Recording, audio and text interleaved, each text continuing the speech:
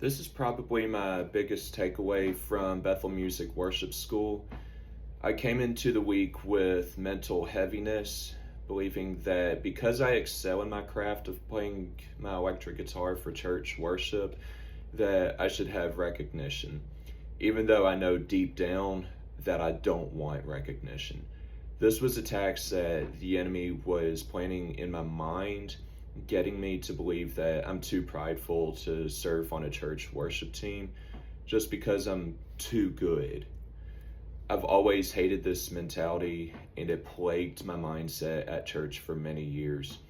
Despite so many people telling me that I'm anointed in my playing, that I sound good, that they enjoy seeing me worship, I just wanted to feel hidden. I've tried imagining by myself at my house playing with no one watching, but the thoughts just wouldn't go away. I had a really revealing week at Bethel. This past Friday night during worship, we were all singing a song, and so was I. One moment, the Lord told me in my mind, "Hey, Aaron, right now, just stop singing in this moment." I thought, okay, well, sounds strange, but okay, Lord. I stopped singing right then, and then I heard the Lord condemning the enemy. He was like, I heard this in my mind. "Devil, do you see this? He just obeyed my voice. He is my child, and he really loves me. He knows my voice, and he obeyed it right there." I prayed, "God, what are you doing?" And he responded to me, "Aaron, I'm rebuking the accuser, your accuser." Right there was the moment I felt so defended, understood, loved, protected, and reminded of my innocence. Those were accusations of being too prideful to serve on a worship team that I was believing. And those thoughts brought shame, and they even quieted my praise for so long. God taught me that He always wants to speak to me no matter what I've done or thought. He wants to be my Father. He wants to guide me in life. So last night, I flew into George Bush Airport in Houston. I had previously parked my truck for the week at one of the parking spot locations located off-site on JFK because it's cheaper than parking at the terminal parking garage. I went to the terminal driveway where the shuttle bus picks you up to bring you to the parking lot you parked at. There was a bunch of people waiting for the bus, and buses can only hold so many people, so people are still waiting after one comes. Me and these people are not really in a line, and we don't know where the line starts, we don't know where it ends, so we're just there. A couple buses later, I walk on. I don't know where the line starts, so I just walk on. I sat next to a family and talked about where we live, where we went. We talked about church and worship music just because the dad has a friend that lives in Redding, California, where Bethel Church is located.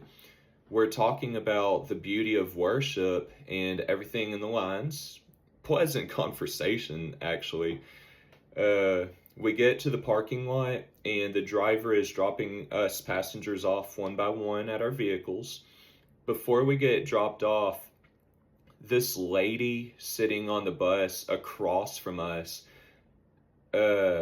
she grabs her bags and to exit the bus, she comments at us, "For a bunch of Christians, y'all cut in front of 15 people who were there before you." She gets off the bus without giving us time to reply. I was confused. The dad next to me said, she said that we cut in front of a bunch of people to get on the bus, but there really wasn't a line. He said this. There wasn't really a line. Everyone was just there. Just ignore what she says. It doesn't matter. And we continue talking until I get dropped off, and we say goodbye, and it was a good time. I get to my truck and pray for that woman, that bad taste she got out of us cutting in front of people is erased out of her mind, that that this does not stop her from getting saved. And I prayed that she would get saved some way, sometime. And in that moment, on my way home, I felt God being a bit angry.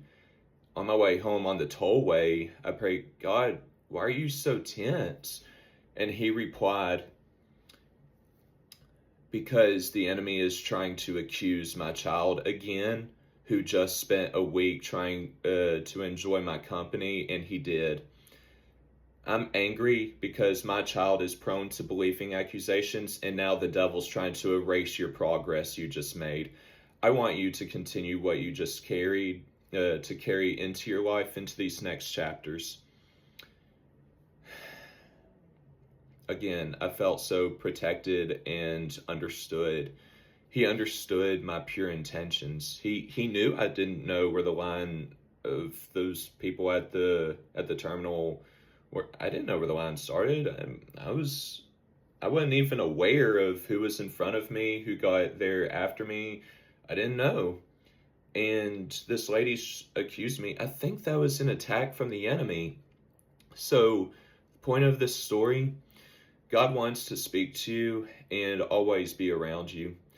Stop believing that even though you are saved and purchased by the blood, that you can't encounter God's merciful presence anymore just because you've been living in a season of dirty rebellion. Those are accusations, and those should not define you. And condemnation as a Christian is not designed to exist. Condemnation only exists for those who are not believers. If you're a believer, you should not have condemnation in your life. So, thank y'all and be blessed.